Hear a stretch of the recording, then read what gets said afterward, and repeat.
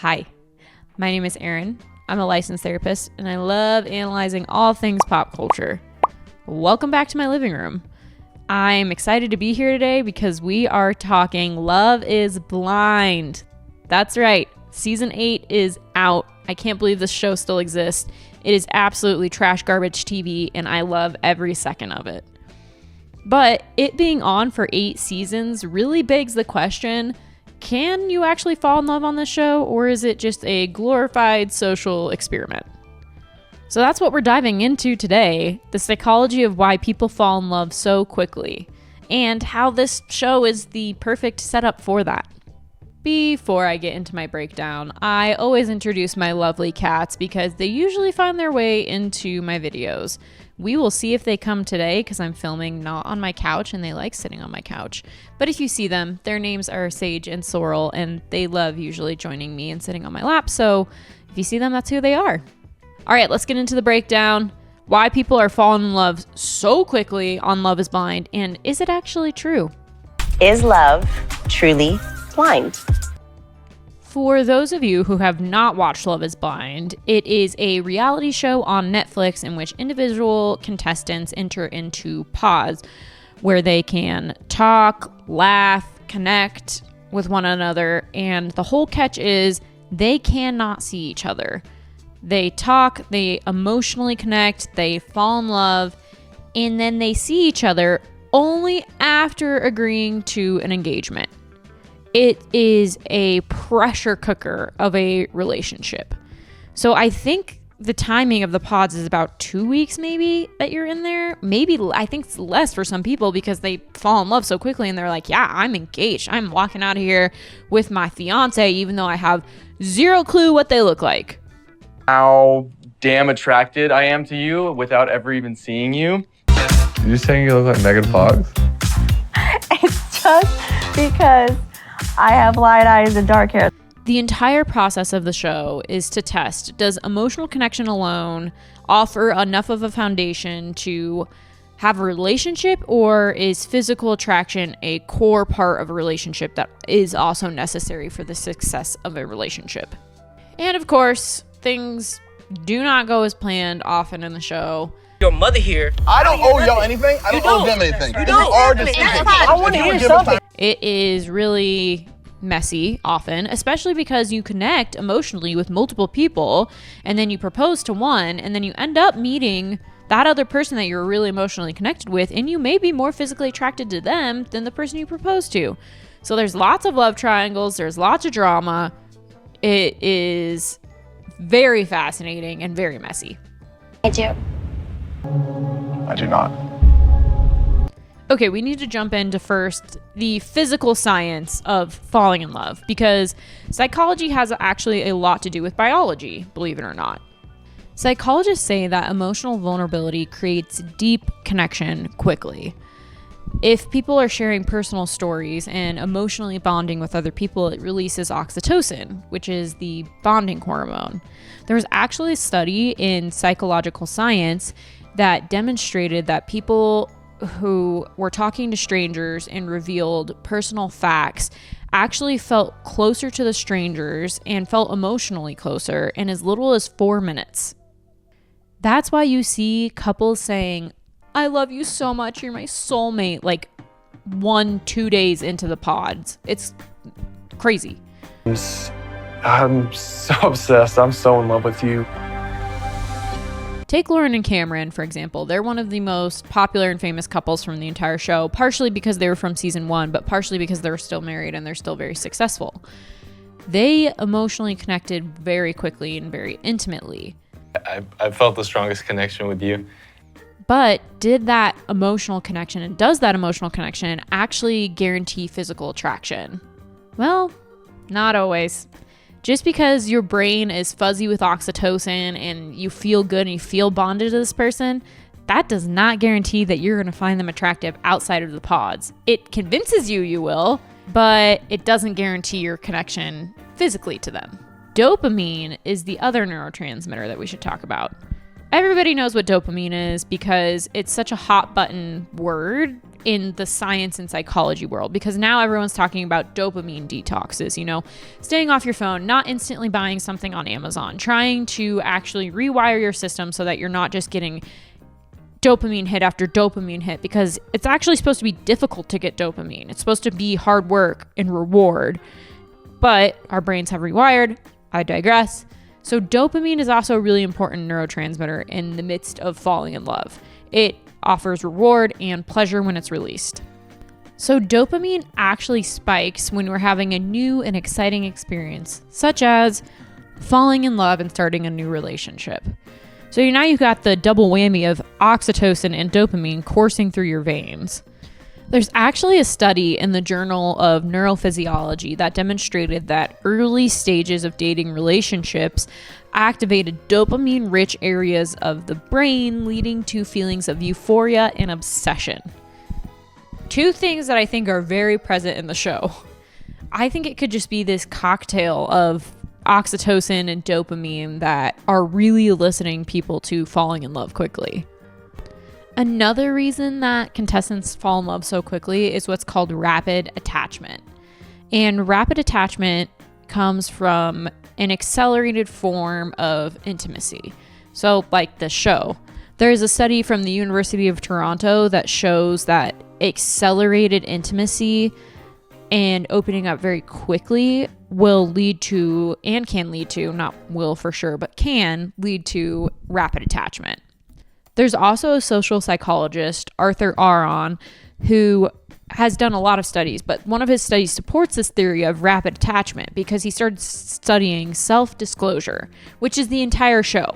You're self-disclosing very traumatic events or intimate details of your life. And he showed and demonstrated in one of his studies that when you open up about childhood fears, dreams, things of those sorts, those people developed emotional connections more quickly and deeper than those who were studied that did not talk about those things. This is one of the core principles of Love is Blind. Contestants are forced to have vulnerable, intimate conversations in order to connect without the distraction of physical appearance. And you're just in a pod talking all day long. So what else are you supposed to do? It's like fast forwarding very quickly through the getting to know you stage of dating, which is why it appeals to some contestants on the show. They're like, I keep having to go on first dates over and over and over, and this just fast tracks everything, which can be good and bad all at the same time. The problem with this rapid attachment and connection is it leads to misattribution of arousal, which is a really fancy way of saying intense emotions get mistaken for romantic feelings often. The Stranger on the Bridge experiment, it's pretty famous, you can look it up. It's one of the things that also has demonstrated that misattribution of love is a real thing. So on the bridge, people would mistake their feelings of fear and excitement for romantic feelings for the researchers. The Strangers on the Bridge experiment demonstrated that fear often gets mistaken for love, and as well as the feelings of excitement for love. And so what could be happening here is the intensity of the situations that they're in, the intensity of the emotional connection in these pods is working in tandem with all the oxytocin, all the dopamine to create this perfect storm to make people feel like they're actually falling in love when in actuality it's just neurotransmitters in the intensity of the experiment. Okay, so I've already talked about the science, what's going on in the brain, and how we misattribute feelings for other feelings. But now we have to talk about the talking itself. And what I mean by that is the nonverbal cues that get displayed throughout all of the pod interactions. You've probably noticed how two people that are really close or spend a lot of time together or are in a romantic relationship often pick up on each other's mannerisms or display very similar interactions. And this is not coincidence. This is actually a thing called mirror neurons. So mirror neurons are special neurons that fire when we see somebody performing an action or experiencing an emotion. And they work so that we feel like we are performing that action or experiencing that emotion with them. There's a lot of studies that demonstrate people with strong levels of empathy have very strong activation of their mirror neurons. It's Kind of like when somebody just smiles at you and your automatic reflection is to smile. Or like when a baby smiles at you, your automatic reaction is just to smile back. Those are mirror neurons working in their fullness. That's all to say, mirror neurons just help us bond with one another. So you're probably asking, okay, why are you talking about mirror neurons? They clearly can't see each other, so why does this matter? And good question. Part of mirror neurons is not just physically mimicking what we see, but emotionally mimicking what we see. In the context of Love is Blind, contestants are obviously relying heavily on verbal cues because they don't have any physical cues to go off of. There's still a whole level of nonverbal communication happening through tone or pace of speech or even emotional pauses.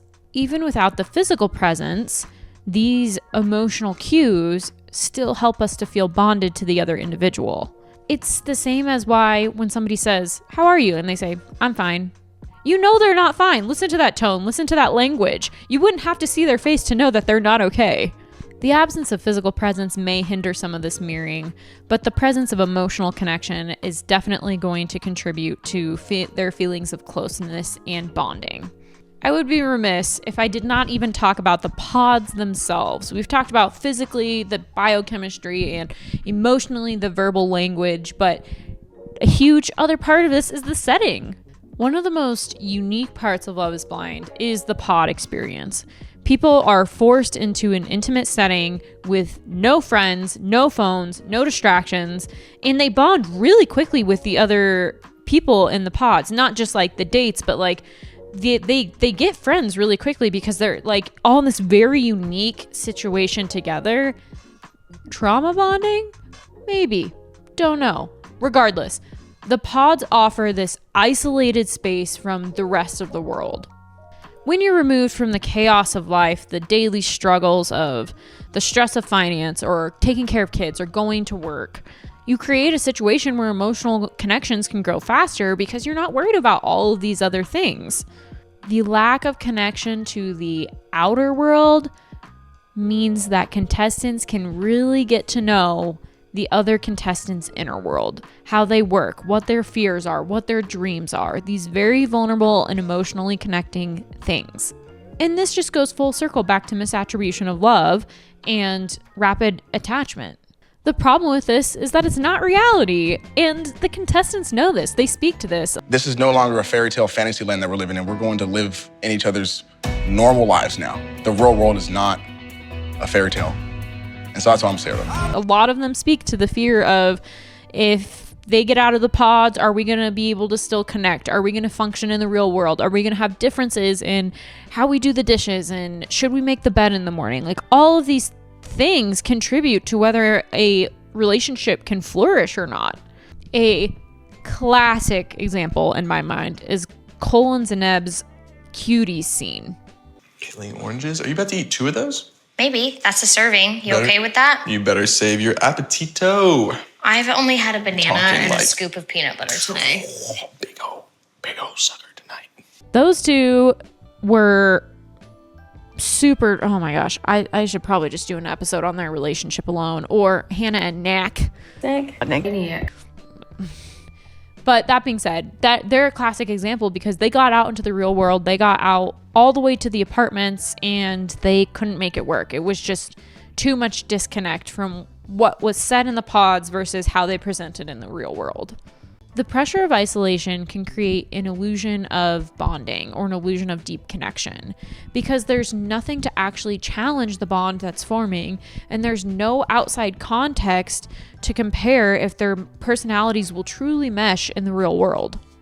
Another thing I think worth pointing out is love bombing. It's super present in the show. It's all over the place where people are like, "You're my soulmate. I love you so much. Where have you been all my life?" I prefer to call that fate. And I've never met someone who seems to understand me the way you do. Everything aligns so perfectly. But our big things. They don't change how much love I have for you. Natalie, I mean, I love you. I want you to know that I will have your back 120%. I will love you wholeheartedly. Love bombing is where an individual provides grand gestures or huge declarations of love to a person early on in a relationship. It might seem romantic at first, but it's often used as a manipulation tactic. And I don't think that's always happening in the pods, but I do think it adds to this level of obligation that people feel to follow through with relationships because they don't want to let another person down.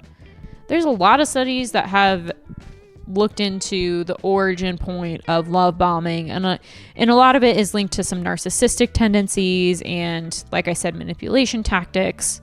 But often it's linked to, obviously, unhealthy relationship dynamics. It can create this intense bond, which I've already demonstrated how this is the perfect setup for bonding. But it creates this intense bond that can cloud judgment and make people completely ignore red flags. And trust me, when I am sitting there watching it, I am like, red flag, red flag, red flag. But these people really want love. They desperately want to be in a partnership with somebody. And I understand that. Who doesn't want that? It's a really beautiful and lovely thing. This show is just ripe for disaster. And love bombing is dangerous too because it sets this unrealistic precedence for what you think your relationship will be like, because it starts off so intense and supportive and how could I ever live without this person? And that facade cannot be kept up. It's not possible. And if it is, it leads to an emotionally manipulative cycle in which you're getting love bombed and then gaslit and then love bombed and gaslit. So it's just dangerous overall and not great. So as you can see, Love is Blind is a brilliant setup for drama and intimate connection. And I do believe that some of the people on the show truly do fall in love. And there has been successful couples that has come out of it. But I think the emotional connection obviously has to be there. And especially I think that the physical connection has to be there too. That's a huge part of any relationship. Like being on a guy's shoulders, but will I have trouble picking you up? So, does Love is Blind actually work? I mean, the answer is yes and no. While emotional intimacy can certainly lead to emotional bonding and close relationship, it does not guarantee a healthy relationship. Real relationships need a balance of emotional connection, physical attractiveness, shared life goals, and shared values. This show underscores the complexity of love, but also shows how quickly things can derail and backfire. So what do you guys think? Do you think that Love is truly blind and can work, or do you think that this show is a big sham of a social experiment? Let me know in the comments. I love reading comments. I know they boost videos, but truly, I love interacting with everybody and hearing their opinions about things. Maybe I'll do something on some of the people from season 8. Only the first few episodes have been released, so I'm still working my way through them, but I love this show. Any support is so appreciated. A like, a comment, a sub.